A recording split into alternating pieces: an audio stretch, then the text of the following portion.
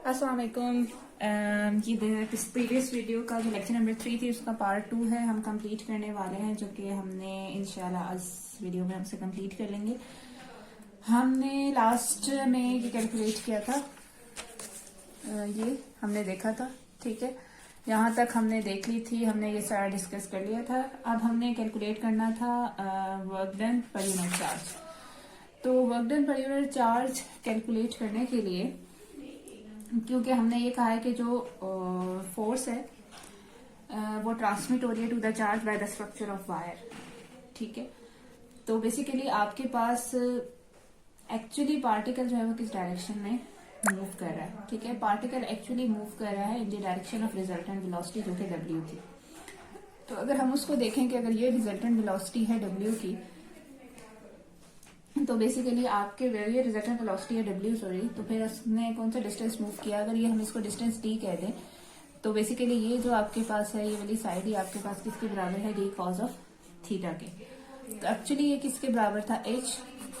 ये डिस्टेंस क्या था, H। इसका मतलब ये हुआ कि D cos थीटा जो है H के बराबर है, तो इसका मतलब जो डिस्टेंस है वो H। एक्चुअली ये तो बहुत एक आप समझने के लिए मैन सी बात है। आप जो है वो इसको एक्चुअली ये कह सकते हैं कि जो भी इनफिनिटेसिमल डिस्प्लेसमेंट वो कवर करेगा, ठीक है, डी एल या वट एवर, वो बेसिकली आपके पास D L cos of theta होगी। लेकिन अगर हमने होल डिस्प्लेसमेंट कर ली तो हम उसको फिर यूं कर लेंगे। तो अगर मैं इस होल डिस्प्लेसमेंट को अगर डी कह दूं तो बेसिकली ये आपके पास इसके बराबर है, ठीक है। तो थीटा जो है वो अगर हम उसको फिक्स रख रहे हैं तो फिर आपके पास ये कॉज डी एल के ऊपर इंटीग्रेशन आ जाती है, फिर उसके लिहाज से ये जो है ना वो आपके पास आ जाता है डी कॉज ऑफ थीटा, ठीक है। तो बेसिकली ये जो उसका डिस्प्लेसमेंट अगर आप इसे कह दें, ठीक है, तो वो इसके बराबर है, उसका मैग्नीट्यूड जो है वो डी कॉस थीटा के बराबर है ओवरऑल, ठीक है। और ये बेसिकली एच के बराबर है। तो यहाँ से इन टर्म ऑफ एच अगर हम ये डिस्टेंस निकाल लें, ठीक है, डिस्प्लेसमेंट जो इसकी डी है ये वाली, ठीक है, इन टर्म ऑफ एच अगर हम निकाल लें तो एच कॉज ऑफ थीटा है आपके पास, ठीक है। तो इसलिए उसने जो डिस्टेंस मूव किया है, जो कि हमारे पास एच कॉज ऑफ थीटा है, ये उसने डिस्टेंस मूव किया है, ठीक है। तो particle is moving in the direction of the resultant velocity W and the distance is cos is H over cos of theta. तो आपके पास जो वर्क डन है वो पर यूनिट चार्ज वो F pull dot DL and जो जिसने डिस्टेंस मूव किया है वो H ओवर कॉस थीटा है। अब डॉट प्रोडक्ट जो है वो between the F pull and जो F pull basically force per unit charge है and DL is the displacement. तो जो हमने देखा है कि D डिस्प्लेसमेंट की डायरेक्शन W के अलॉन्ग है और F पुल जो है वो इसके अलॉन्ग है। तो डॉट प्रोडक्ट का मतलब क्या होता है कि दो फिजिकल क्वांटिटीज को आपने मल्टीप्लाई करना है और उनके दरमियान में जो एंगल है उसका आपने डॉट ले लेना है। अब इन दोनों के दरमियान में जो एंगल है अगर आप देखें तो वो बन रहा है 90 माइनस थीटा। तो फिर आपके पास अगर आप उसका डॉट लेंगे तो बेसिकली क्या हो जाएगा, एफ पुल DL बराबर हो जाएगा एफ पुल डॉट DL बराबर हो जाएगा F pull DL cos of 90 minus theta, क्योंकि ये आपके पास जो एंगल है ये आपके पास ये थीटा है, तो ऑब्वियसली ये आपके पास किसके बराबर होगा, 90 माइनस थीटा के। फिर उसके बाद कॉज 90 माइनस थीटा जो है वो आपके पास साइन थीटा के बराबर है। तो यहाँ से आपके पास जो है वो ओवरऑल जब आप सारी डिस्प्लेसमेंट जो आप एच ओवर कॉस थीटा कह रहे हैं वो पुट करेंगे तो ये जो आपके पास integration F pull DL sine theta ये बराबर हो जाएगा F pull H over cos theta into sine of theta. तो फिर उसके बाद जो एफ पुल है, अभी हमने पीछे जो केस किया था इसमें हमने देखा था कि जो एफ पुल है बेसिकली वो आपके पास यू बी के बराबर है। तो उस एफ पुल की वैल्यू को आप जब पुट कर देंगे यू बी और sine theta over cos theta जो है वो आपके पास टैन थीटा के बराबर हो जाएगा। फिर उसके बाद आपके पास जो फिगर हमने पीछे देखी थी ये वाली फिगर, इस फिगर को अगर हम देखें तो आपके पास जो टैन थीटा है वो बराबर होगा ये V B over U B, ठीक है। तो जो टैन थीटा है वो आपके पास बराबर हो जाएगा V B over U B और यहाँ से बी भी कैंसिल हो जाएगा, तो टैन थीटा बराबर हो जाएगा वी ओवर यू और वी बराबर हो जाएगा यू टैन थीटा के। तो ये जो आपके पास वैल्यू आई है V B H tan of theta की F pull dot DL work done per unit charge की, इसमें आप वी की जगह यू टैन थीटा की जगह आप पुट कर देंगे वी। तो ये आपके पास अगर आप देखें तो ये जो वी बी एच है ये बेसिकली आपके पास क्या है, EMF, ठीक है। तो ये आपके पास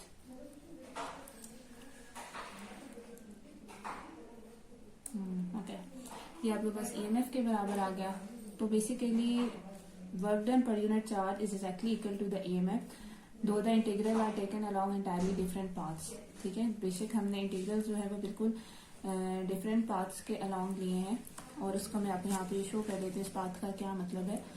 बेसिकली आपके पास पहले भी हमने तो पिछला थोड़ा सा पार्ट किया था जिसके अंदर हमने कैलकुलेट किया था ईएमएफ, तो मोशनल ईएमएफ तो हमारे पास वीबीएच के बराबर ही आया था, आप इसे देख सकते हैं। ठीक है, F magnetic dot D L जो आपने कैलकुलेट किया था वो आपके पास वीबीएच के बराबर आया। अब जब यहाँ पे आपने बिल्कुल डिफरेंट प्रोसेस के थ्रू आपने कैलकुलेट किया है work done per unit charge, basically वो आपके पास जो है वो भी आपके पास वीबीएच आया है। ठीक है, तो दोनों में जो डिफरेंस है, हालांकि आपने दोनों इंटीग्रल्स बिल्कुल डिफरेंट पाथ के अलोंग और डिफरेंट फोर्सेस लेके आपने कैलकुलेट किया है।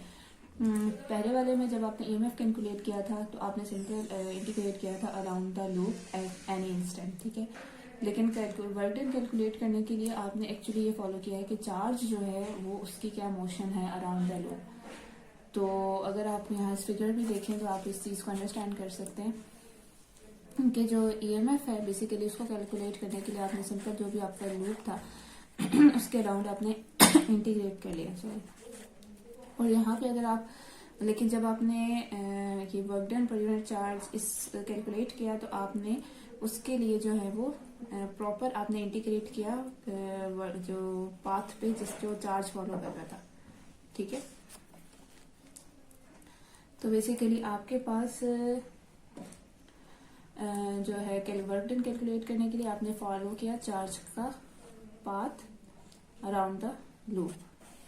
ठीक है, ये आपके पास फॉर ईएमएफ है और ये आपके पास चार्ज का पाथ है। ठीक है, जिसमें ये एच ओवर कॉस थीटा है, वैसे नॉर्मली आपके पास एच था, ये एच ओवर कॉस थीटा है। ठीक है, तो जो एफ पुल था, ठीक है, जो एफ पुल है वो एन ईएमएफ में कंट्रीब्यूट नहीं कर रहा, लेकिन वो परपेंडिकुलर है टू द वायर इस केस में। और यहाँ पे आपके पास एफ मैग्नेटिक कंट्रीब्यूट नहीं कर रहा वर्क में, यहाँ पे वो इसलिए एफ पुल कंट्रीब्यूट नहीं कर रहा टू द ईएमएफ बिकॉज वो परपेंडिकुलर है टू द वायर, और यहाँ पे एफ मैग्नेटिक इसलिए कंट्रीब्यूट नहीं कर रहा to the wire because it is perpendicular to the motion of the charge. ठीक है, ये दो डिफरेंस आपको जहन में रखने हैं।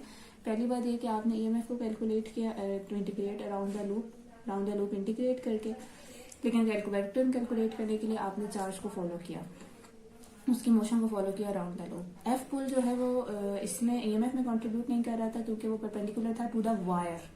ठीक है, तो हम यहाँ पे क्योंकि वायर के लॉन्ग इंटीग्रेट कर रहे हैं तो वो परपेंडिकुलर टू द वायर, तो हमने उसको कंसीडर नहीं किया। यहाँ पे हमने एफ मैग्नेटिक कंट्रीब्यूट नहीं कर रहा to a work because it is perpendicular, F magnetic हर पॉइंट पे परपेंडिकुलर है to the motion of the charge, क्योंकि यहाँ पे मोशन ऑफ चार्ज से डील कर रहे हैं। ठीक है, तो एक और आपके पास एक नाइस वे है एक्सप्रेस करने का ईएमएफ जो कि किसी भी मूविंग लूप के अंदर जनरेट होता है, वो है फ्लक्स। तो अगर आप फ्लक्स लें सारे, जो आपके पास आपको पता है कि फ्लक्स जो है वो आपके पास बराबर होता है किसके, सिंपल डिफाइन करते हैं बी डॉट डी ए के इक्वल आप डिफाइन करते हैं। तो बेसिकली आपके पास जैसे जैसे लूप मूव करेगा, जैसे अगर आप इस फिगर में जो हमने स्टार्ट में देखी थी इस फिगर में अगर वो लूप मूव करेगा तो जो फ्लक्स है वो डिक्रीज करेगा क्योंकि लूप बाहर की तरफ जा रहा है। तो जो फ्लक्स है बी डॉट डी ए, तो बेसिकली आपके पास जो है ऐसे नॉर्मली किसी भी इंस्टेंट के ऊपर रेक्टेंगल में से जो फ्लक्स होगा बी इंटू ए, अगर आपके पास ये रेक्टेंगुलर लूप है तो ये जो इसका एरिया जो मैग्नेटिक फील्ड के अंदर आ रहा होगा वो हम लेंगे। ठीक है, तो अगर एच इसकी विड्थ है, एस जो है ना ये वाली एच इसकी अगर आप ये वाली विड्थ कह रहे हैं और एस इससे ले लें तो ये एरिया जो मैग्नेटिक फील्ड के अंदर आ रहा है वो एच एक्स है, तो हमारे पास फ्लक्स इसके बराबर हो जाएगा। लेकिन अगर लूप मूव कर रहा है टू द राइट, अगर आप उसको पुल कर रहे हैं टू द राइट, तो आपके पास जो है ना रेट फ्लक्स का चेंज होता रहेगा विद रिस्पेक्ट टू टाइम। तो rate of change of flux जो है वो इस हिसाब से आ जाएगा कि आपने दोनों साइड पे टाइम का डेरिवेटिव ले लिया। अब D X by D T जो है वो माइनस बी के बराबर लिया गया। उसका रीजन ये है कि जो आप टू द राइट मूव करेंगे विद वेलोसिटी v, तो उतना ये डिस्टेंस जो है वो डिक्रीज करेगा। एक्स जो है डिस्टेंस जो कि इस लूप का है इनसाइड द मैग्नेटिक फील्ड। ठीक है, जो इसकी लेंथ है इनसाइड द मैग्नेटिक फील्ड वो डिक्रीज करेगी, तो के D X by D T जो है वो नेगेटिव है। ठीक है, तो B is equal to actually minus D X by D T. तो अगर आप देखें तो ये अगेन वही इक्वेशन है जो हमने स्टार्ट में ईएमएफ की थी, ये वाली इक्वेशन।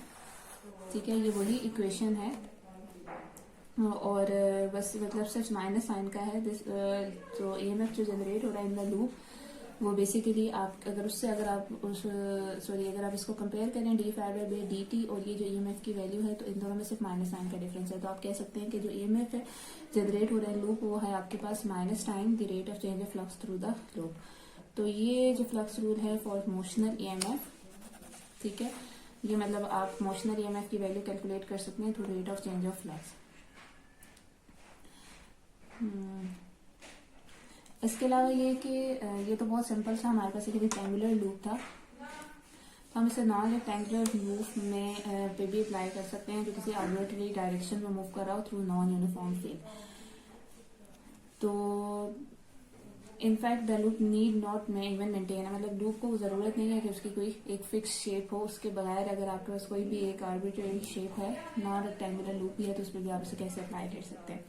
उसके लिए इन्होंने बस ये वाला फिगर लिया है, ठीक है, जिसमें आप इस फिगर के अंदर इन्होंने शो किया हुआ loop of wire at time T, also a short time D T later. तो अगर हम कैलकुलेट करना चाह रहे हैं flux at time T using surface S and the flux at time, दो टाइम पे हम फ्लक्स कैलकुलेट करना चाह रहे हैं, एक टाइम टी पे और एक time T plus delta D, using the surface consisting of S plus the ribbon. मतलब ये आपके पास एक सरफेस है और ये इसकी विड्थ है साइड पे थोड़ी सी, जिसको उन्होंने रिबन कहा हुआ है। तो that connects the new position of the loop to the old. मतलब लूप अगर ऊपर की तरफ मूव कर रहा है ना, जैसे लेट्स सपोज अगर लूप ये आपके पास कोई भी सरफेस, ये लूप है, अगर आप लेट्स सपोज ये मूव कर रहा है ऊपर की तरफ, पहले ये यहाँ पे था, फिर उसके बाद ये ऊपर की तरफ जा रहा है, ठीक है, सही है। तो बेसिकली आपके पास ये इसकी ओल्ड पोजीशन थी, लेट्स सपोज ये उसकी या फिर ये इसकी लेट्स सपोज नीचे की तरफ आ रहा है लेट्स सपोज करने हैं। तो अगर आप ये देखें तो ये इसकी जो है वो ओल्ड पोजीशन थी और ये वाली जो है उसकी न्यू पोजीशन थी। टाइम टी वो यहाँ पे था और एक time T plus delta T वो लूप थोड़ा सा नीचे आ गई है, ठीक है। तो आपने इसको प्लस इसको ना जितना इसने मूव किया, इसको लेकिन मैंने रिबन के तौर पे शो कर लिया है, ठीक है, जो कनेक्ट कर रहा है new position to the of the loop to the old. तो जो फ्लक्स में चेंज आ रहा है, तो डी फाई अगर आप कैलकुलेट करना चाहें तो आप देखेंगे फ्लक्स इनिशियली जब final flux time T plus delta D T पे क्या था और इनिशियल फ्लक्स क्या था, तो वो फ्लक्स होगा जो इस रिबन में से गुजरा, ठीक है, ऑब्वियसली इस एरिया में से। तो इस एरिया, ये एरिया जो है इसमें से जितना फ्लक्स था, मतलब यहाँ से यहाँ तक आते हुए जो इस चेंज इन फ्लक्स है, वो बेसिकली आपके पास वो फ्लक्स होगा जो इस रिबन का फ्लक्स होगा, ठीक है, या इस एरिया का फ्लक्स होगा। तो हमने कह दिया कि वो हमने बी डॉट डी ए ले लिया। अब आप अपनी अटेंशन जो है एक पॉइंट पी के ऊपर फोकस करें, यहाँ पे आप एक पॉइंट पी ले लें। ये पॉइंट है ना किसी टाइम डी टी के अंदर, मतलब इधर वो किसी टाइम टी पे था और टाइम डी टी के बाद मतलब time T plus D T के ऊपर वो जो है ना यहाँ पे आ गया है, तो वो पॉइंट जो है तो हमने पी प्राइम कह दिया है। तो वी जो है ना वेलोसिटी ऑफ द वायर है। तो अगर आप ये देख लें कि आपके पास वी जो है वो वेलोसिटी है वायर की, ठीक है, and use the velocity charge down the wire, ठीक है। वी जो है वेलोसिटी है चार्जेस की और आपके पास the velocity of the wire, जो पूरी वायर है उसकी वेलोसिटी है, and use the velocity of the charges down the wire, ठीक है। तो बेसिकली आपके पास यहाँ पी पॉइंट से पी प्राइम पॉइंट तक आया इन टाइम डी टी। तो आपके पास जो है जब ये मूव कर रहा है और ये पॉइंट मूव कर रहा है, क्योंकि वायर जिस वेलोसिटी से मूव कर रही है उसी वेलोसिटी से ये पॉइंट भी मूव कर रहा होगा। तो अगर टाइम डी टी गुजरा है तो इसने कितना डिस्टेंस मूव किया है, वी डी टी, ठीक है। और अगर आप कोई एरिया एलिमेंट कंसीडर कर लें और आप एक कोई लेंथ एलिमेंट इसका ले लें वायर का डी एल, ठीक है, तो ये आपके पास डी एल है और लेट्स सपोज मिसाल के तौर पे ये इन दोनों के दरमियान में जो है वो एंगल थीटा बन रहा है, ठीक है। तो इस जो एरिया एलिमेंट है इसका जो एरिया है इसको इन्होंने डी ए कह दिया, ठीक है। तो वी वेलोसिटी है वायर की, V the velocity charges down the wire. तो जो जैसे हमने पिछले केस में देखा था, तो आपके पास जो रिजल्टेंट वेलोसिटी आ जाएगी वो आपके पास v प्लस यू आ जाएगी of the charge at p, ठीक है। तो आपके पास जो कोई भी एरिया एलिमेंट है रिबन का, अगर ये जो रिबन इसका कोई छोटा सा एरिया ले लेते हैं, उसका अगर आप एरिया एलिमेंट निकालते हैं तो वो आपके पास सिंपल किसके बराबर हो जाएगा, v cross D L into D T. अब ये किस तरीके से आ गया, ऑब्वियसली आपने ये जो एक लूप सा बनाया है ये वाला, तो इसमें ये थीटा है, तो ये ऑब्वियसली अगर आप इसको इस पैरेललोग्राम के तौर पे लें तो आपको पता है कि इन दोनों का क्रॉस प्रोडक्ट लेने से आपको बस इसका एरिया आ जाएगा। ठीक है, तो आपके पास जो है वो D phi by D T बराबर होगा बी डॉट डी ए के। डी ए की वैल्यू ये है, और डी टी ऑब्वियसली आपने जब डी टी से वैसे तो बेसिकली आपके पास बी ये होता है एक्चुअली। ठीक है, तो ये डी टी क्योंकि बी डॉट डी ए तो फाई है ना, तो हमने ये इस तरीके से आ गया। अब आपके पास यहाँ पे आ गया V dot V cross D L. जो W है वो आपके पास V प्लस यू के बराबर है, और U जो है वो parallel to D L. Basically जब वायर मूव कर रही है ना down the wire, velocity V है इसकी, और जो चार्जेस हैं वो इस लूप के अलोंग मूव कर रहे हैं ना, जाहिर सी बड़े चार्जेस तो लूप के अलोंग मूव कर रहे हैं खुद इटसेल्फ, और जो वायर है वो डाउनवर्ड डायरेक्शन में मूव कर रही है। मतलब ये आपके पास वायर है और ये वायर की वेलोसिटी है, और ये वाली जो है वो आपके पास चार्जेस की वेलोसिटी है। ठीक है, जिसकी वजह डायरेक्शन मूव कर रहे हैं, और ये आपके पास है। तो W जो है वो इनकी रिजल्टेंट वेलोसिटी है। तो U तो obviously parallel to the DL। DL क्या है, ये जो लेंथ एलिमेंट आप इसका अलोंग ले रहे हैं वायर के अलोंग। ठीक है, तो आपके पास जब B जो है, पहले मैं यहाँ से क्लियर कर देती हूँ कि इस केस में अब आपके पास D phi by D T जो है वो आपके पास बराबर है B dot V cross D L. तो अब आपके पास जो W है वो बराबर है V प्लस यू के। तो अब ये कह सकते हैं कि V बराबर हो गया W माइनस यू के। ठीक है, तो यहाँ पे आपके पास हो जाएगा B डॉट डी एल हो जाएगा W माइनस यू और क्रॉस डी एल के।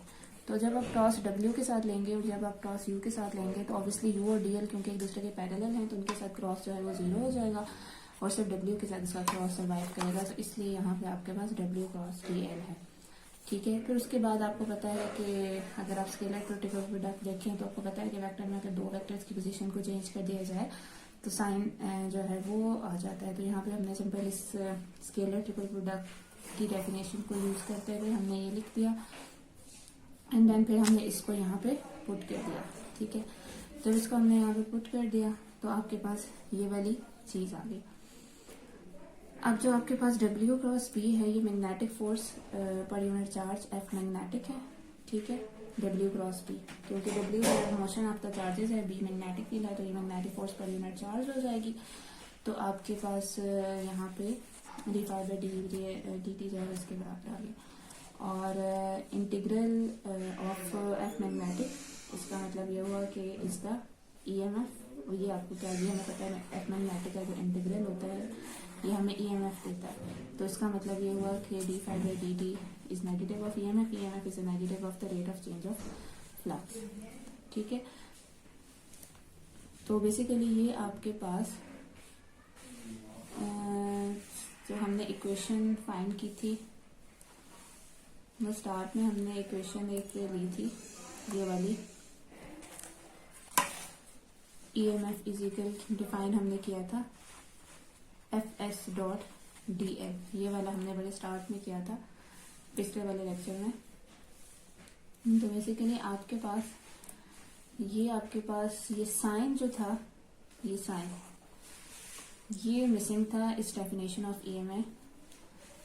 तो which way around the loop are you suppose to integrate, मतलब ऑब्वियसली ये इंपॉर्टेंट था कि आप किस डायरेक्शन में लूप को इंटीग्रेट करेंगे।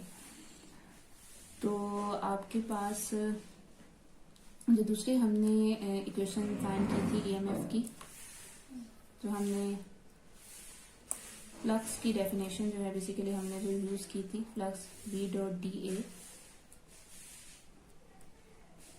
उसको हमने जब यूज किया उसके बाद हमने उसमें भी हमारे पास DA आ रहा है, तो हमने उसमें भी हमारे पास ये क्वेश्चन है कि हमारे पास एरिया की कौन सी डायरेक्शन हम पॉजिटिव लेंगे, मतलब जब हम इंटीग्रेट कर रहे हैं तो हम किस डायरेक्शन में इंटीग्रेट करेंगे लूप को, और अगर हम फ्लक्स V डॉट डी ए ले रहे हैं तो एरिया की कौन सी डायरेक्शन को हम पॉजिटिव लेंगे। तो अगर हम फ्लक्स रूल अप्लाई करें हैं तो उसमें साइन जो है वो हमेशा हम जो है वो अपने राइट हैंड के हिसाब से फाइंड करते हैं। तो अगर आपकी फिंगर जो है वो डिफाइन कर रही हैं positive direction around the loop, तो आपका जो थंब होगा वो इंडिकेट करेगा द डायरेक्शन ऑफ एरिया, ठीक है। तो अगर आपकी फिंगर डिफाइन करी हो positive direction along the loop, तो आपका जो थंब है वो इंडिकेट क्या करेगा, डायरेक्शन ऑफ डी ए। और तो जो ईएमएफ है ऑब्वियसली वो आपके पास क्या होगा, नेगेटिव। तो इसका मतलब ये होगा कि करंट जो है फ्लो करेगा in the negative direction along the circuit.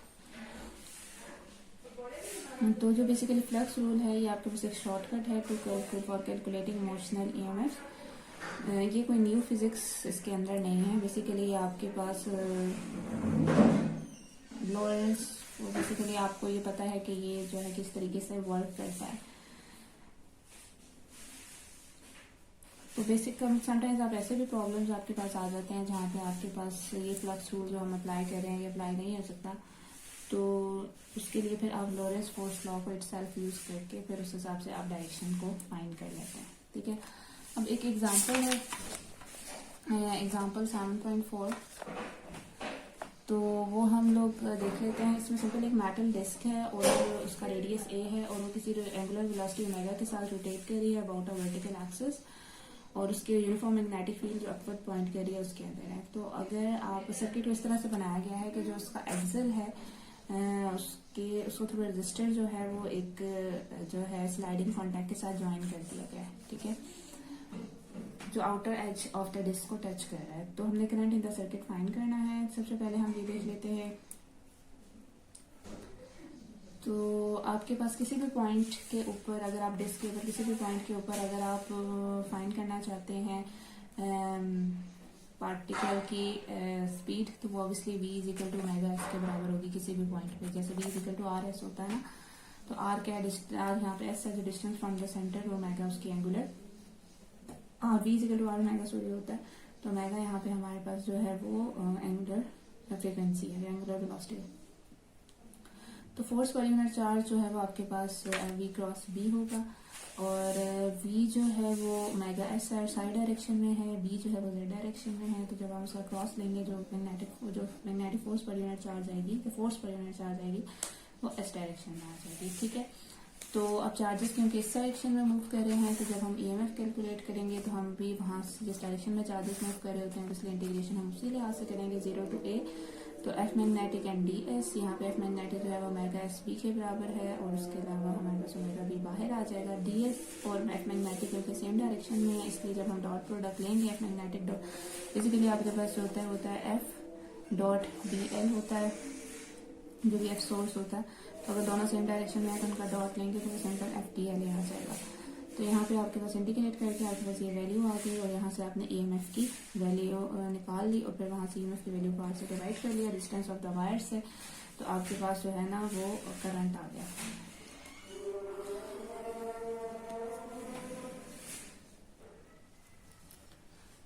तो बेसिकली आपके पास जो फ्लक्स रूल जिसकी हम पीछे बात कर रहे थे, जिसमें हम लोग ये कहते हैं कि फ्लक्स रूल हम अप्लाई करते हैं, उसमें हम ये देखते हैं कि अगर आपकी जो फिंगर्स हैं वो डिफाइन कर रही हो direction around the positive direction around the loop, तो आपका जो थंब है वो इंडिकेट करे डायरेक्शन ऑफ ए, और फिर जो ईएमएफ है वो नेगेटिव आएगा, इसका मतलब करंट फ्लो कर रहा होगा in the negative direction around the circuit. तो आपके पास जो फ्लक्स रूल के साथ ट्रबल है कि वो ये है कि उसमें हम लोग ये एज्यूम करते हैं कि जो करंट है वो फ्लो कर रहा है along a well defined path, ठीक है। जो करंट है वो फ्लो कर रहा है along a well defined path, लेकिन ये जो हमने एग्जांपल 7.4 सॉल्व की है इसके अंदर तो करंट जो है वो तो ओवरऑल होल डिस्क के ऊपर स्प्रेड कर रहा है। तो ये भी इवन यहाँ पे क्लियर नहीं है कि फ्लक्स थ्रू द सर्किट का क्या मतलब होगा अगर हम यहाँ पे इसे लें, ठीक है, क्योंकि हम जैसे हम लोग ईएमएफ इंड्यूस करते हैं negative with the rate of change of flux, तो हम यहाँ पे ये भी क्लियर नहीं है हमें कि हम फ्लक्स थ्रू द सर्किट कैसे लें, क्या लें, ठीक है।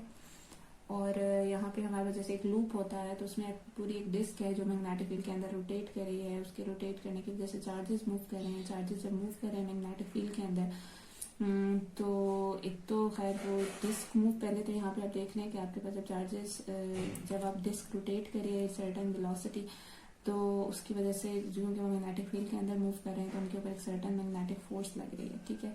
और वो जो सर्टेन मैग्नेटिक फोर्स लग रही है चार्जेस के ऊपर, उसकी वजह से चार्जेस मूव कर रहे हैं और स्प्रेड कर रहे हैं अक्रॉस द रेस, मतलब वो एस के अलॉन्ग मूव कर रहे हैं, तो स्प्रेड कर रहे हैं मैग्नेटिस। तो यहाँ पे हमें ये भी क्लियर नहीं है कि आपके पास फ्लक्स थ्रू द सर्किट किस कॉन्टेक्स्ट में हम उसे लें। तो इसमें मोर ट्रिकी चीज जो आती है वो है एडी करंट। ठीक है, एडी करंट क्या है कि सपोज अगर आप कोई भी मटेरियल, जैसे इन्होंने यहाँ पर कहा है कि आप एल्यूमिनियम ले लें, ठीक है, उसके चंक ले लें, उसके छोटे छोटे टुकड़े ले लें और उसको आप शेक करें around in a non uniform magnetic field, उसके अंदर क्या होगा, करंट जनरेट होगा उस एल्यूमिनियम के अंदर, जब वो नॉन यूनिफॉर्म मैग्नेटिक फील्ड के अंदर मूव करेगा। और आप जब अपना हाथ मूव कर रहे होंगे, शेक कर रहे होंगे नॉन यूनिफॉर्म मैग्नेटिक फील्ड, तो आपको एक ड्रैग फोर्स फील होगी, और वो बिल्कुल ऐसे होगी कि जैसे आपके पास कोई बहुत थिक सा कोई सोल्यूशन टाइप कोई चीज हो, जिसके अंदर आप अपना हाथ जो है वो या फिर आपके पास ऐसे लगेगा जैसे कोई थिक सा सोल्यूशन के अंदर कोई ब्लॉक है जिसको आप खींचने की कोशिश कर रहे हैं, लेकिन वो उसके ऊपर एक ड्रैग फोर्स लग रही है ऑपोजिट डायरेक्शन में, जिसकी वजह से आपको बहुत मुश्किल हो रही है उसे खींचने में। और जो वो फोर्स है एफ पुल, एक्चुअली वो फोर्स है जो कि अभी आपने पीछे देखा था कि जब एक वायर एक लूप को जब आप मैग्नेटिक फील्ड के अंदर मूव करा रहे हैं, तो आप जो आप फोर्स उस पर लगा रहे हैं, उस फोर्स की वजह से वर्क डन हो रहा है, और उस फोर्स की वजह से चार्जेस जो है वो जो रजिस्टर है वो हीटअप हो रहा है, क्योंकि ऑब्वियसली हीटअप होने के लिए उसको एनर्जी चाहिए, और वो एनर्जी के लिए उसे वर्क डन चाहिए, और वो वर्क डन कौन सा हो रही है, वो एफ पुल है। तो ये वही एफ पुल है जो कि आपको, जैसे मैंने अभी बताया कि एक जब चंक ऑफ एल्यूमिनियम को जब आप नॉन यूनिफॉर्म मैग्नेटिक फील्ड के अंदर शेक करेंगे, तो आपका हाथ मूव करने के लिए तो दैट मैग्नेटिक फील्ड जो आपको एक अपोजिंग फोर्स फील हो रही होगी, और आपको थोड़ी एक्स्ट्रा फोर्स लगानी पड़ेगी, एक्स्ट्रा पुल करना पड़ेगा। तो वही पुल है जो हमने इमोशनल ईएमएफ में डिस्कस किया।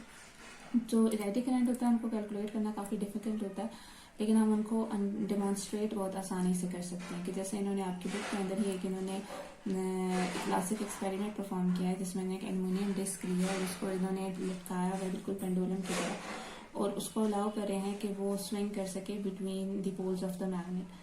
तो जब वो इंटर करती है द फील्ड रीजन, मतलब जब वो मैग्नेटिक फील्ड के रीजन के करीब जा रही होती है, तो वो स्लो डाउन हो जाती है। तो इसका मतलब ये है कि वहाँ पे एक एडी करंट जिसके अंदर एस्टेब्लिश हो रहा है मोशनल ईएमएफ की वजह से, जिसकी वजह से जो है वो उसके ऊपर एक अपोजिंग फोर्स लग रही है जो उसको ड्रैग कर रही है, जो उसे स्लो डाउन कर रही है। और फिर उसके बाद उन्होंने इस एक्सपेरिमेंट को रिपीट किया, और उसमें उन्होंने क्या किया, कुछ डिस्क के अंदर थोड़े थोड़े छोटे छोटे कट्स लगा दिए, जिसकी वजह से अब उसमें करंट नहीं फ्लो कर पा रहा। तो अब इसमें अब जो है डिस्क जो है बिल्कुल फ्रीली उसके अंदर मूव कर रही है, और उसको कोई फर्क नहीं पड़ा कि वो मैग्नेटिक फील्ड के अंदर है कि नहीं है।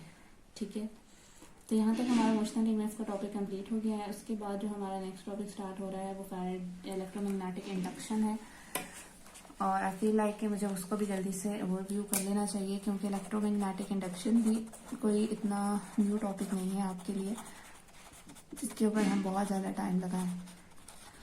तो सबसे पहले फैराडेज लॉ है, आपको पता है 1931 में माइकल फैराडे ने बहुत सारे एक्सपेरिमेंट परफॉर्म किए थे, और उसमें जो है एक्सपेरिमेंट 1 में क्या क्या था, उसने एक मैग्नेटिक फील्ड के अंदर उसने जो है वो लूप ऑफ अ वायर को मूव किया। ठीक है, तो इन मैग्नेटिक फील्ड को करंट फ्लो करना शुरू कर दिया, एक डायरेक्शन में मूव किया, फिर उसके बाद पहले राइट डायरेक्शन में, फिर लेफ्ट डायरेक्शन में मूव किया, फिर उसके बाद उसने क्या किया, मैग्नेटिक फील्ड को चेंज किया, सिर्फ लूप को फिक्स रखा, तो उसकी वजह से क्या हुआ कि उसके अंदर करंट फ्लो करना शुरू हो गया। तो ये बेसिकली जो एक्सपेरिमेंट है हमें पता है कि ये इमोशनल ईएमएफ की एग्जांपल है, जिसके अंदर आपके पास जब फ्लक्स चेंज होता है किसी भी एरिया के अंदर से, तो उसके अंदर जो है वो ईएमएफ इंड्यूस होता है।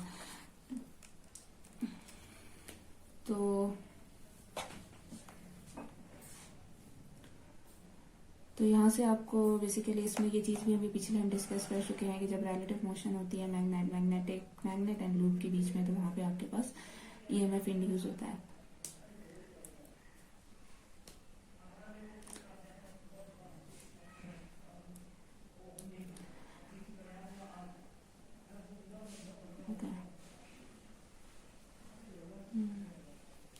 अगर लूप मूव कर रहा हो तो जो मैग्नेटिक फोर्स है वो सेटअप करती है ईएमएफ, और अगर लूप स्टेशनरी हो तो फिर उसके बाद loop the force can not be magnetic obviously, and the stationary charge experience no magnetic force. In this case, what is responsible?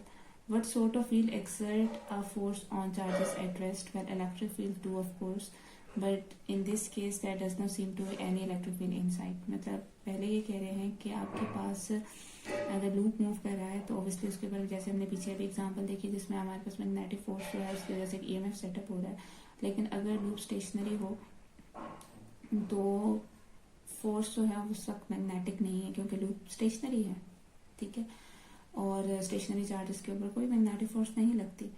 तो उस केस में क्या रिस्पॉन्सिबल है, कौन सी फील्ड है जो कि फोर्स एक्सर्ट करेगी on the charges at rest. तो अगर तो इलेक्ट्रिक फोर्स है, उसने अगर फील्ड एक्सर्ट की है तो अभी, लेकिन हमने जो एक्सपेरिमेंट 3 देखे हैं उसके अंदर तो हमें कोई इलेक्ट्रिक फील्ड नजर नहीं आ रही। तो लेकिन उसने फिर ये कहा कि ये जो थर्ड वाला पार्ट है जिसके अंदर मैग्नेटिक फील्ड चेंज हो रही है, चार्जेस मूव नहीं कर रहे। हम तो यही कहते हैं भाई कि चार्जेस मूव करते हैं ना मैग्नेटिक फील्ड तो उसके ऊपर फोर्स लगती है। तो अब ये थर्ड केस में तो चार्जेस मूव ही नहीं कर रहे, तो उससे मैग्नेटिक फील्ड चेंज हो रही है। तो उसकी वजह से ऐसा क्या हो रहा है कि चार्जेस के ऊपर फोर्स लग रही है और ईएमएफ इंड्यूस हो रहा है और करंट प्रोड्यूस हो रहा है। तो फिर फैराडे ने यहाँ से एक कंक्लूजन की कि आपके पास जो चेंजिंग मैग्नेटिक फील्ड है वो इसमें बेसिकली उसकी वजह से इलेक्ट्रिक फील्ड इंड्यूस हो रही है। मतलब अगर इलेक्ट्रिक फोर्स की वजह से वर्क हो रहा है थर्ड वाले एक्सपेरिमेंट के अंदर, तो इलेक्ट्रिक फोर्स कहाँ है, इलेक्ट्रिक फील्ड कहाँ से आ रही है, तो वो इलेक्ट्रिक फील्ड कहाँ से आ रही है, चेंजिंग मैग्नेटिक फील्ड से। इसे हम इंड्यूस इलेक्ट्रिक फील्ड कहते हैं।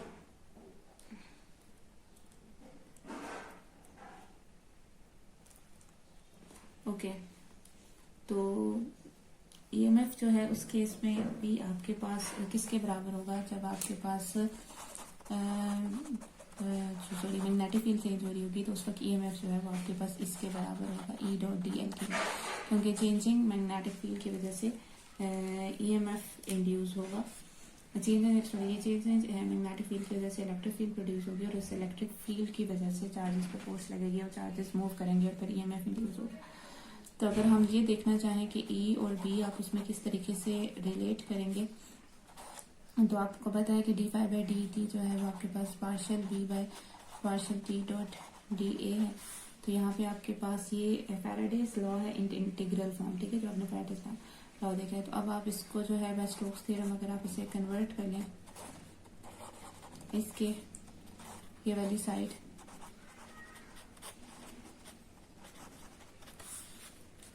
तो आपके पास डेल क्रॉस ई जो है उसके बराबर हो जाएगा। तो ये जो फैराडेज लॉ है ये ओल्ड जो है वो रिड्यूस हो गया टू द ओल्ड रूल, जिसमें आपके पास ई डॉट डी एल जो है वो 0 होता है और इन डिफरेंशियल फॉर्म अगर आप लिखें तो डेल क्रॉस ई जो है वो 0 होता है इन द स्टैटिक केस, क्योंकि उस केस में आपके पास बी क्या होता है, कांस्टेंट होता है, ठीक है। तो अगर तो फिर ऑब्वियसली अगर आप स्टैटिक केस में चले जाएंगे जहाँ पे बी जो है वो कांस्टेंट हो जाता है तो फिर उस केस में ये चीज 0 हो जाती है। तो इस केस में आपके पास जो मैग्नेटिक फील्ड है वो चेंज करे है। तो बेसिकली थोड़ा सा मैं आपको यहाँ पे एक चीज़ रिपीट कर दूँ कि मेरा एक्सपेरिमेंट हुआ एक्सपेरिमेंट 3 से क्या मुराद है। मैंने आपको 3 एक्सपेरिमेंट्स बताए थे। एक दफ़ा आप रिंग को राइट को मूव करें, एक दफ़ा लूप को आप लेफ्ट को मूव करें और एक दफ़ा मैंने कहा था मैग्नेटिक फील्ड को चेंज करें। तो अभी मैंने देखा है कि आपकी बुक में जो है ना वो इन्होंने जो है वो फर्स्ट एक्सपेरिमेंट को कहा हुआ है कि आपके पास लूप को टू द राइट मूव करें और in through a magnetic field, और फिर उसके बाद दूसरे वाले में ये कहा है कि मैग्नेट को टू द लेफ्ट मूव करें, ठीक है। तो जो मैग्नेट को मूव करने वाला है टू द लेफ्ट वो सेकंड है, ठीक है। तो आपकी बुक में जो सेकंड वाला है उसको डिस्कस किया हुआ है। तो मैंने आपको वो जो सारी बातें अभी आपको मैंने बताई हैं कि पहले वाले का तो हमने देख लिया था कि अगर आप लूप को टू द राइट मूव करते हैं तो किस तरह से ईएमएफ जनरेट होता है। तो अगर आप जो है वो एक्सपेरिमेंट 2 जो आपकी बुक में है जिसमें उन्होंने कहा हुआ है कि आपने जो है वो मैग्नेटिक फील्ड को या मैग्नेट को आप टू द राइट मूव करें तो उसकी वजह से भी वहाँ पे करंट प्रोड्यूस हो रहा था, ठीक है। तो और सेम ईएमएफ अराइज हो रहा था जैसा पहले वाले में जिसमें आपके पास लूप को मूव करने से ईएमएफ अराइज हो रहा था। तो इसका मतलब ये है कि इन दोनों से पहले और दूसरे एक्सपेरिमेंट से यही पता चलता है कि ये चीज़ इंपॉर्टेंट है कि उन दोनों के दरमियान में रिलेटिव मोशन हो मैग्नेट और लूप के बीच में, जैसे आपके पास स्पेशल रिलेटिविटी में होता है रिलेटिव मोशन होने से आपके पास जो है वो चीज़ें जो है वो चेंज हो जाती हैं, या उस हिसाब से होती हैं जो चीज़ें को ऑब्जर्व कर रहा होता है, दूसरा भी उसी हिसाब से ऑब्जर्व कर रहा होता है। लेकिन ऑब्वियसली फैराडे को उस वक्त रिलेटिविटी के बारे में नहीं पता था, और क्लासिकल इलेक्ट्रोडायनामिक के अंदर रेसिप्रोसिटी सी थी। रेसिप्रोसिटी का मतलब ये होता है कि अगर एक चीज़ ऐसे है तो उसका वाइस वर्सा अगर हो जाए, जैसे अगर लूप को टू द राइट मूव करने से ईएमएफ करंट प्रोड्यूस हो रहा है, तो मैग्नेट को टू द लेफ्ट मूव करने से करंट प्रोड्यूस हो रहा है, तो ये जो रेसिप्रोसिटी है ये कोइंसिडेंस है, और इसकी भी रिमार्केबल इम्प्लीकेशंस हो सकती हैं। जैसे आपने अगर लूप को मूव किया है मैग्नेटिक अगर आप लूप को मूव करें तो उसके ऊपर मैग्नेटिक फोर्स एक्ट करती है, जिसकी वजह से ईएमएफ सेटअप होता है। लेकिन अगर लूप स्टेशनरी है तो magnetic the force can not be magnetic, तो स्टेशनरी चार्जेस को पे तो कोई मैग्नेटिक फोर्स नहीं लगती। तो फिर उस केस में क्या पॉसिबल है, उस केस में क्या फील है जो फोर्स एक्सर्ट कर दिया ऑन द चार्जेस। अगर इलेक्ट्रिक फोर्स है तो यहाँ पे तो वो नज़र नहीं आ रही, तो उसने फिर उसने एक इंजीनियस इंस्पिरेशन थी उसकी कि चेंजिंग मैग्नेटिक फील्ड जो है, क्योंकि ऑब्वियसली उस एरिया में से जहाँ पे मैग्नेट मूव कर रहा है उस एरिया में क्योंकि मैग्नेटिक फील्ड चेंज हो रही है, इस वजह से इलेक्ट्रिक फील्ड इंड्यूस हो रही है। तो फिर ये सारा एक्सपेरिमेंट परफॉर्म हुआ। हालांकि अगर आप देखें तो एक्सपेरिमेंट 2 के अंदर मैग्नेटिक फील्ड चेंज एग्जैक्टली हो नहीं रही है, वो जस्ट मूव कर रहा है मैग्नेट, ठीक है। तो लेकिन यहाँ पे जो है इसका मकसद ये है कि अगर आप एक फिक्स्ड लोकेशन लूप के ऊपर एक फिक्स्ड लोकेशन पे बैठे हुए हैं तो ओबियसली उसकी रिस्पेक्ट से, जैसे यहाँ पे आप रिलेटिव मोशन का कॉन्सेप्ट आ गया, उसकी रिस्पेक्ट से जो है वो मैग्नेटिक फील्ड जो है वो चेंज हो रही है जो मैग्नेट पास करेगा, ठीक है। तो एक्सपेरिमेंट जो 3 आपकी बुक में बताया हुआ है उसमें ये बताया हुआ है कि एक्सपेरिमेंट 3 जिस है वो ये है कि both loop and the magnet जो है वो रेस्ट पे हैं। सिर्फ आप क्या करें, जिसको मैं एक्सपेरिमेंट 3 कह रही थी वो यही था, लेकिन एक्चुअली आपकी बुक में एक्सपेरिमेंट 2 को एक्सप्लेन किया हुआ है, जिसको मैं एक्सपेरिमेंट 3 कह के एक्सप्लेन कर रही थी। तो एक्चुअली मैं जो एक्सप्लेन कर रही थी वो मैं चेंजिंग मैग्नेटिक फील्ड को कह रही थी कि अगर आप लूप को भी स्टेशनरी रखें और मैग्नेट को भी स्टेशनरी रखें, लेकिन सिर्फ आप मैग्नेटिक फील्ड को चेंज करें, तो एक्चुअली जो एक्सप्लेनेशन है आपकी बुक में वो एक्सपेरिमेंट 3 के लिए वो वाली नहीं है, वो एक्सपेरिमेंट 2 के लिए है जो मैंने पीछे दी है, जो भी मैंने आपको बता दी है।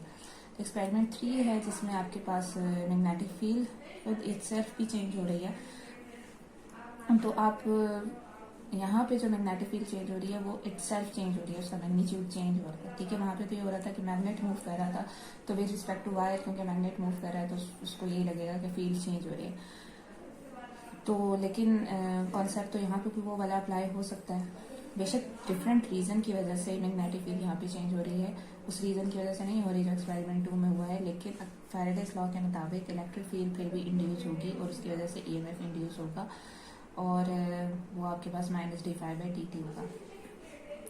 तो आपके पास अगर आप देखें तो हम इन तीनों केसेस को तो और इनके अलावा भी जितने कॉम्बिनेशन ऑफ केसेस बनते हैं उन सबको हम इंक्लूड करके हम यूनिवर्सल फ्लक्स रूल में कंबाइन कर सकते हैं। और वो हमें ये है कि वन एवर और फॉर वट एवर रीज़न, जिस भी वजह से और जब भी आपके पास मैग्नेटिक फ्लक्स किसी भी लूप में से चेंज होगा उसके अंदर ईएमएफ इंड्यूस होगा, जो कि आपके पास सिंपल इसके बराबर होगा, ठीक है, इसके बराबर होगा, और वो ईएमएफ के लूप के अंदर अपीयर होगा। उसको लोग जो है फैराडेज लॉ मतलब कहते हैं कि ये फैराडेज लॉ है कि आपके पास अगर फ्लक्स चेंज हो रहा है तो उसकी वजह से ईएमएफ इंड्यूस होगा। तो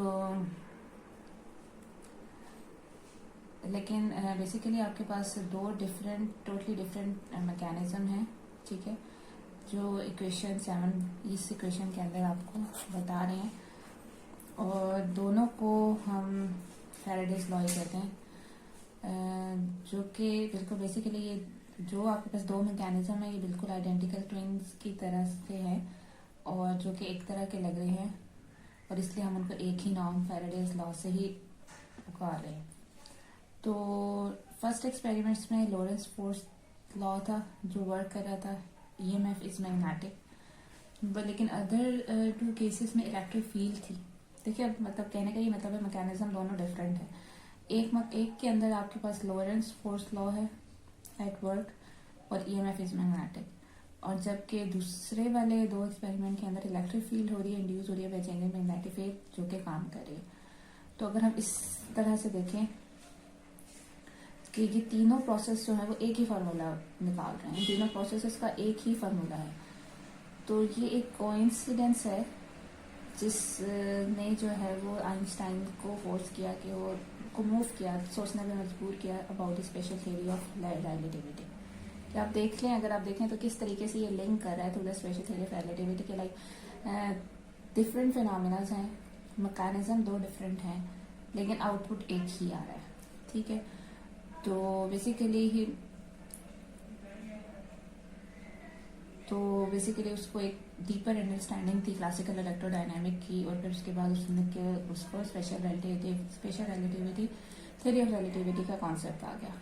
तो लेकिन ये हम चैप्टर नंबर 12 के अंदर जब हम स्पेशल रिलेटिविटी पढ़ेंगे तो उसके अंदर हम ये चीज़ पढ़ेंगे।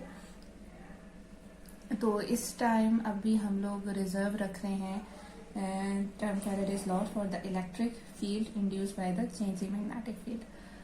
तो अभी फिलहाल जो है ना हम लोग सिर्फ इसी चीज़ वाले मैकेनिज्म को कंसीडर करेंगे जिसमें इलेक्ट्रिक फील्ड चेंज होने, मैग्नेटिक फील्ड चेंज होने से इलेक्ट्रिक फील्ड इंड्यूस हो रही है और उसकी वजह से ईएमएफ इंड्यूस हो रहा है। तो ये टर्म फैराडेज लॉ की रिजर्व कर दी है for electric field induce by changing magnetic field. तो अभी फिलहाल जो ये बुक वाला है, ये फर्स्ट एक्सपेरिमेंट जिसने लूप मूव करा है, तो उसको उसने थोड़ी देर के लिए एक्सक्लूड कर दिया। मतलब जहाँ पे भी वो फैराडेज लॉ को इस बुक के अंदर यूज करेगा उसका मतलब यही होगा कि चेंजिंग मैग्नेटिक फील्ड की वजह से जो इलेक्ट्रिक फील्ड इंड्यूस हो रही है उसकी वजह से ईएमएफ इंड्यूस हो रहा है, कहने का ये मकसद है। फिर उसके बाद आपके पास एग्जाम्पल 7.5 है।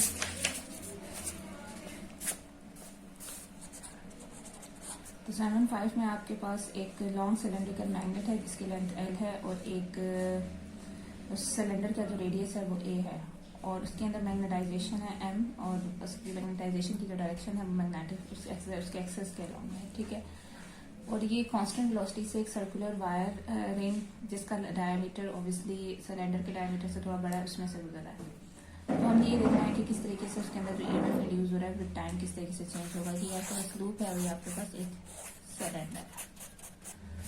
तो पहले तो ये कि आपके पास जब आपने इंटर किया, अब आपने इंटर कर दिया जब, तो ऑब्वियसली जब आप उसे इंटर करेंगे तो उस लूप के अंदर से मैग्नेटिक फील्ड चेंज होगी। ठीक है, तो आपके पास जब वो इंटर हो जाए, इंटर होने के बाद जितनी देर तक वो उसके अंदर से गुजर रहा होगा उतनी देर तक, क्योंकि वो जिस पोर्शन में वो उसके अंदर रहेगा, ये वाला पोर्शन, इस जितने टाइम के लिए वो लॉन्ग सोलेनॉइड जो है वो उसके अंदर रहेगा, तो उसके उस वक्त जो है वो मैग्नेटिक फील्ड जो है वो सेम रहेगी उस रिंग में से। ठीक है, तो दूसरा ये कि आपके पास जो सिलेंडर है, जो सिलेंडर बेसिकली सिलेंड्रिकल मैग्नेट है, तो उसकी मैग्नेटिक फील्ड बिल्कुल वैसे ही होती है जैसे एक लॉन्ग सोलेनॉइड की मैग्नेटिक फील्ड होती है। तो लॉन्ग सोलेनॉइड की जो मैग्नेटिक फील्ड है इनसाइड जो होती है सोलेनॉइड की, वो B = बेसिकली यहाँ पे अगर हम देखें तो ये हमने बेसिकली लॉन्ग सिलेंड्रिकल वायर के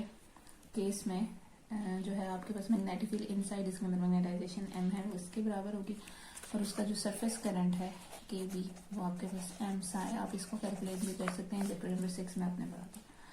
नियर द एंड्स ये नहीं होगा लेकिन बीच में यही होगा, तो एंड पे ही स्प्रेड आउट होना शुरू हो जाती है। तो स्टार्ट में फ्लक्स थ्रू द रिंग 0 होगा और जब मैग्नेट बहुत दूर होगा, जो आप उसको करीब लेके आना शुरू हो गएंगे तो उसमें से फ्लक्स चेंज हो जाता है। तो फ्लक्स होगा वो BA होगा, और A जो है वो बेसिकली आपके पास तो कितना मैक्सिमम फ्लक्स जो है उसमें से बिल्ड होगा, मतलब जब आप 0 से स्टार्ट करेंगे और आहिस्ता आहिस्ता इंक्रीज होना शुरू हो जाएगा फ्लक्स, तो मैक्सिमम की वैल्यू तक जाएगा। तो जो मैग्नेटिक फील्ड की वैल्यू वो और साथ जो आपके पास एरिया है, ठीक है, तो मैग्नेटिक फील्ड की वैल्यू है μM और जो एरिया है वो μA² है। तो यहाँ पे एरिया से मुराद हमारी जो है वो क्रॉस सेक्शनल एरिया है उस वायर का। ठीक है, तो आपके पास जो है जो उसके हिसाब से देखें तो ये आपके पास μ0M πA² जो है ये आपके पास मैक्सिमम फ्लक्स होगा, 0 से स्टार्ट होगा मैक्सिमम वैल्यू है, और जब दूसरा एंड रिंग तक पहुंचेगा तो फिर उसके बाद अगेन वो आहिस्ता आहिस्ता काम होते होते 0 हो जाएगा। तो हमें पता है ईएमएफ जो होता है वो माइनस टाइम के डेरिवेटिव ऑफ आई होता है विद रिस्पेक्ट टू टाइम। तो उसके अंदर दो पीक्स आएंगी एक्चुअली, ठीक है। तो अगर आप उसका ग्राफ देखना चाहें तो आपके पास जो है एक दफ़ा जो है वो ज़ीरो से स्टार्ट होके फ्लक्स जाएगा मैक्सिमम वैल्यू तक, फिर उसके बाद जो है वो आहिस्ता आहिस्ता फिर दोबारा से ज़ीरो पे चला जाएगा। तो बेसिकली अगर आप इसे देखें तो आपके पास जो ग्राफ बनेगा वो इस तरीके से होगा। ये टाइम के वर्सेस आपने फ्लक्स का ग्राफ बनाया। इनिशियली फ्लक्स ज़ीरो था, फिर वो किसी मैक्सिमम वैल्यू तक गया μ0m/a²। फिर जब तक सिलेंडर जो है ना वो सोलेनॉइड रिंग के अंदर रहेगा तब तक उसका फ्लक्स कांस्टेंट रहेगा। जो ही वो उससे निकलने लगेगा तो फिर फ्लक्स ज़ीरो हो जाएगा। तो ये उसको कितना टाइम लगेगा, L/V उसकी स्पीड थी और L जो है वो डिस्टेंस था, ये पूरी लेंथ थी सिलेंडर की। जितना टाइम लगेगा सिलेंडर को उसमें से निकलने में उतना सॉरी जितनी लेंथ है सिलेंडर की उसको उसकी स्पीड से डिवाइड करने तो उतना टाइम लगेगा सिलेंडर को मूव करने। क्योंकि इस पॉइंट पे वो एंटर हो गया था, पूरा एक एंड उसका एंटर हो गया था, उसके बाद फ्लक्स कांस्टेंट हो गया और इस पॉइंट पे आके उसका दूसरा एंड आ गया, ठीक है, उसके अंदर। मतलब यूँ अगर सपोज ये वो पॉइंट है पहला वाला जहाँ पे वो एंटर हुआ है और दूसरा वाला पॉइंट हुआ है जिसमें उसका दूसरा एंड निकलने लगा है। तो उसमें कितना टाइम लगेगा, obviously total length of the cylinder इतना और उसके बाद उसकी स्पीड। तो अगर आप ईएमएफ की बात करें तो जो ईएमएफ है वो आपके पास ऐसे होगा।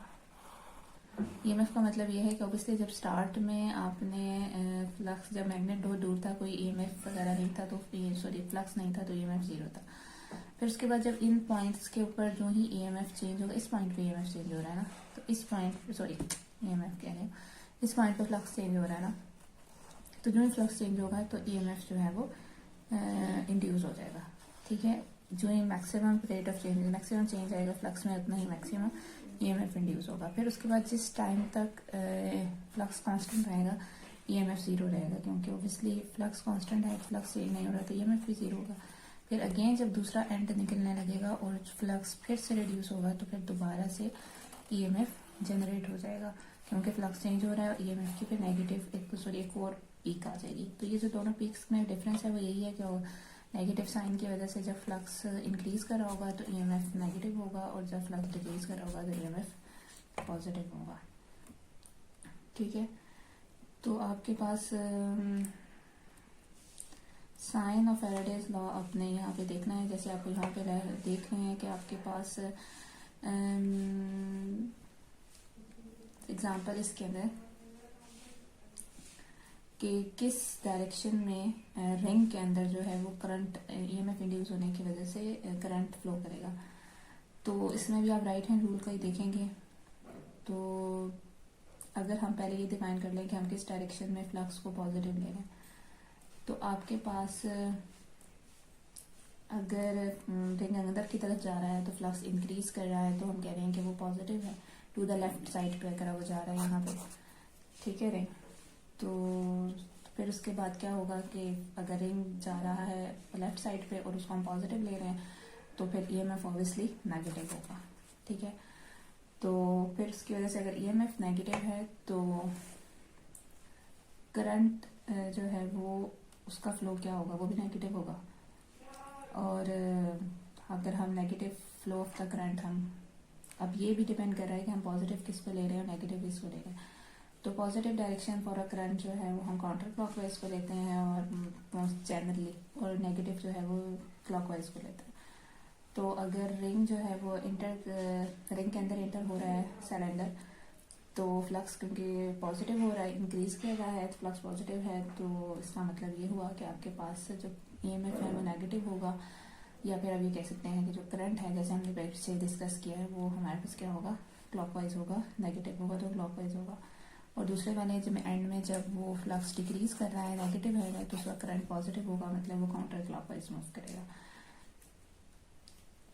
लेकिन इसके लिए एक सबसे हैंडी रूल है लेंस लॉ। ये अगेन हमें बार बार देखना पड़ता है कि अच्छा जी फ्लक्स, जैसे मैंने पीछे भी आपको उसमें पार्ट में बताया था कि फ्लक्स की आप डायरेक्शन लिखते हैं, फिर उसके हिसाब से आप करंट की उसके ऑपोजिट डायरेक्शन होती है नेगेटिव साइन की वजह से। तो अब सबसे आसान ये है कि आप लेंस लॉ देख लें, उसकी मदद से आपको पता चल जाएगा कि क्या डायरेक्शन होनी चाहिए।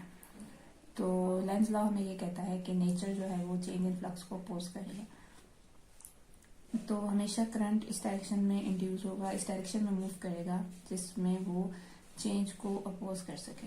जैसे अगर आप यहाँ पे देखें कि यहाँ पे जब सिलेंडर इंटर हो रहा है टू द रिंग, तो जो करंट है वो इस तरह से जनरेट होना चाहिए कि वो अपोज करे, क्योंकि उसके अंदर से फ्लक्स इंक्रीज कर रहा है। तो जब करंट क्लॉकवाइज डायरेक्शन में मूव करेगा तो आप खुद देखें कि आपके पास क्लॉकवाइज डायरेक्शन में जब करंट इंड्यूस होगा तो उसकी वजह से जो मैग्नेटिक फील्ड जनरेट होगी वो ऑपोजिट होगी to the direction of the magnet, या फिर क्योंकि फ्लक्स क्योंकि वो अंदर की तरफ आ रहा है ना सिलेंडर, ठीक है।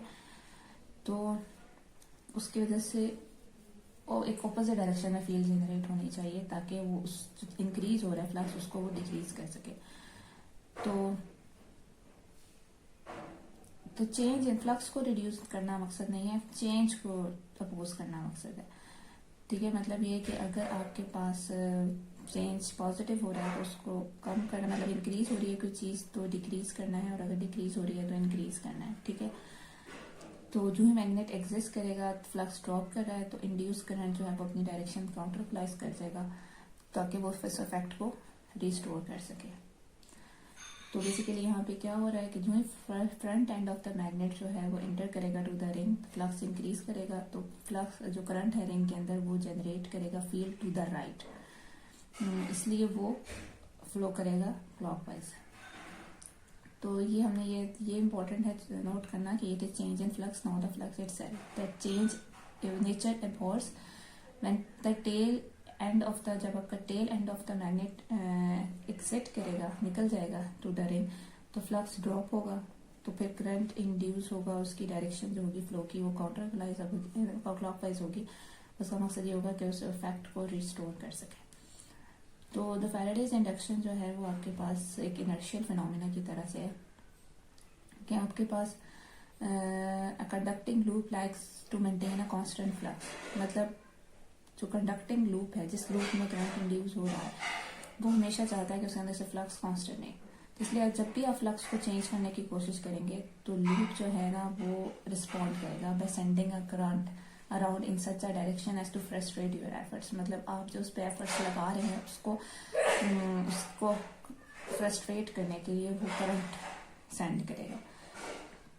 ऑब्वियसली वो कम्प्लीटली सक्सीड नहीं होता, मतलब वो चेंज को अपोज करने की कोशिश करता है, जैसे इनर्शिया में होता है by Newton's first law of motion. तो इनर्शिया में जैसे बॉडी चेंज को अपोज करने की कोशिश करती है, तो यहाँ पे भी ये चेंज को अपोज करने की कोशिश करेगा, तो ऑब्वियसली उसमें सक्सीड नहीं हो सकता। ऑब्वियसली जो उसके अंदर जो फ्लक्स इंड्यूस करंट की वजह से प्रोड्यूस होता है तो वो ओरिजिनल के मुकाबले में बहुत कम होता है, ठीक है। तो इसलिए वो उतना ज़्यादा इफेक्टिव नहीं हो पाता, लेकिन लेंज लॉ जो है वो आपको इससे ये बता देता है कि what is the direction of the flow, ठीक है। और इसमें एक बहुत मजे की एग्जांपल है 7.6, जिसमें आप जंपिंग रिंग डिमॉन्स्ट्रेशन है, जिसमें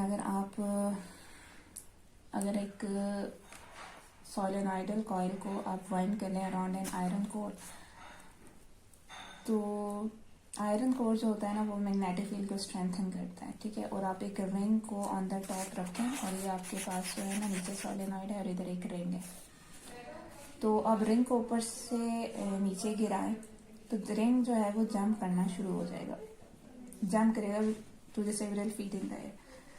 जो ही आपने करंट असल में ऑन किया इस सोलेनॉइड के अंदर, तो पहले तो रिंग दूर था, उसमें से फ्लक्स दूर था, जो ही आपने मतलब रिंग ऊपर से नीचे की तरफ आना शुरू होगा तो उसमें से फ्लक्स चेंज होगा। जो ही फ्लक्स चेंज होगा, अब क्योंकि वो सोलेनॉइड के करीब आ रहा है जिसमें से करंट, जिसके अंदर करंट है, जिसकी वजह से मैग्नेटिक फील्ड है, क्योंकि वो उसके करीब आ रहा है तो इसलिए उसके अंदर से फ्लक्स चेंज होगा, तो वो इंक्रीज करेगा। जब फ्लक्स इंक्रीज होगा, जो ईएमएफ इंड्यूस होगा वो अकॉर्डिंग टू लेंज लॉ उसकी डायरेक्शन इस तरीके से होगी कि उसने चेंज को अपोज करना है, मतलब वो चाहेगा कि फ्लक्स उसमें से डिक्रीज हो, तो फ्लक्स को डिक्रीज करने के लिए वो दूर जाने की कोशिश करेगा, तो जिसकी वजह से वो ऊपर की तरफ जंप करेगा। तो इसको हम लोग जंपिंग रिंग कहते हैं, ठीक है।